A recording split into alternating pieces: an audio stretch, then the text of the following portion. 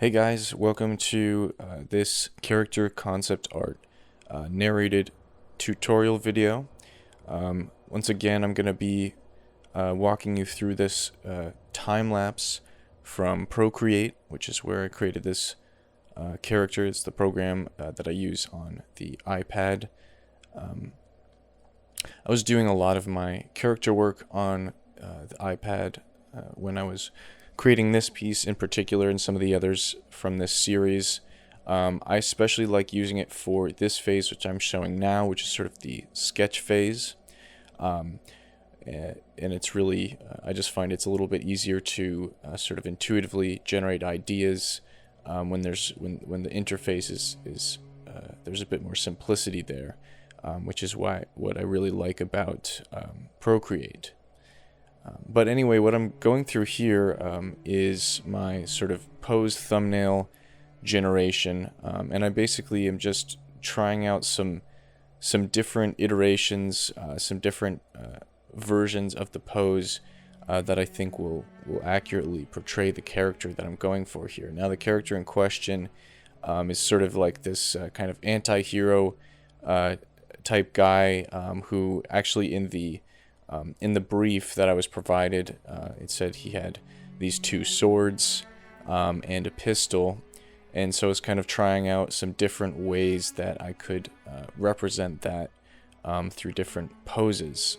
He's also kind of this militaristic guy, and he has this sort of interesting armor, and he has this long hair and kind of a handsome face. Of course, during the character pose generation phase, I don't work on faces at all. I find that what I really want to do is just establish the composition as plainly as possible without going into too much detail, and the pose should read well without that.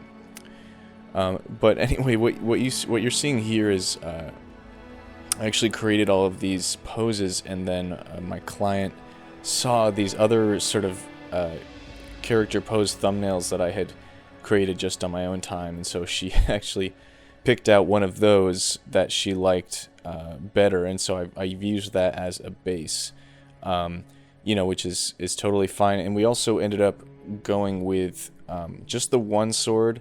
I think the two was looking very kind of like Deadpool-ish, a little bit, maybe more kind of like superhero or samurai kind of thing, which wasn't exactly what we were going for with this concept. So what I did was I blew up that sketch, which initially had some other had like a spear or something, and I just sort of swapped out some of the accessories and went with that pose.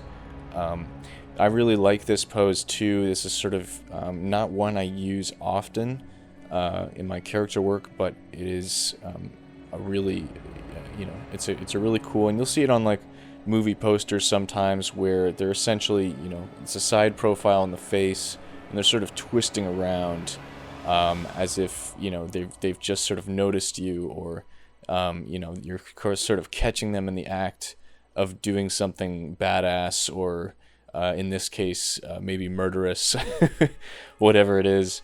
They're sort of so cool that they're not going to sort of turn around and face you directly. They're kind of wary. And so I found that this pose really communicated that well. It communicated that he's sort of rugged, that, he's not, he's just sort of hardened and a little calloused and sort of jaded about what's going on, which I think really works out well, because later on we do introduce the context for this character, which ends up being kind of these like bodies strewn around on the battlefield that he's killed, and sort of the smoke of war and all this kind of stuff. And I think it works really great as sort of an action pose in that environment.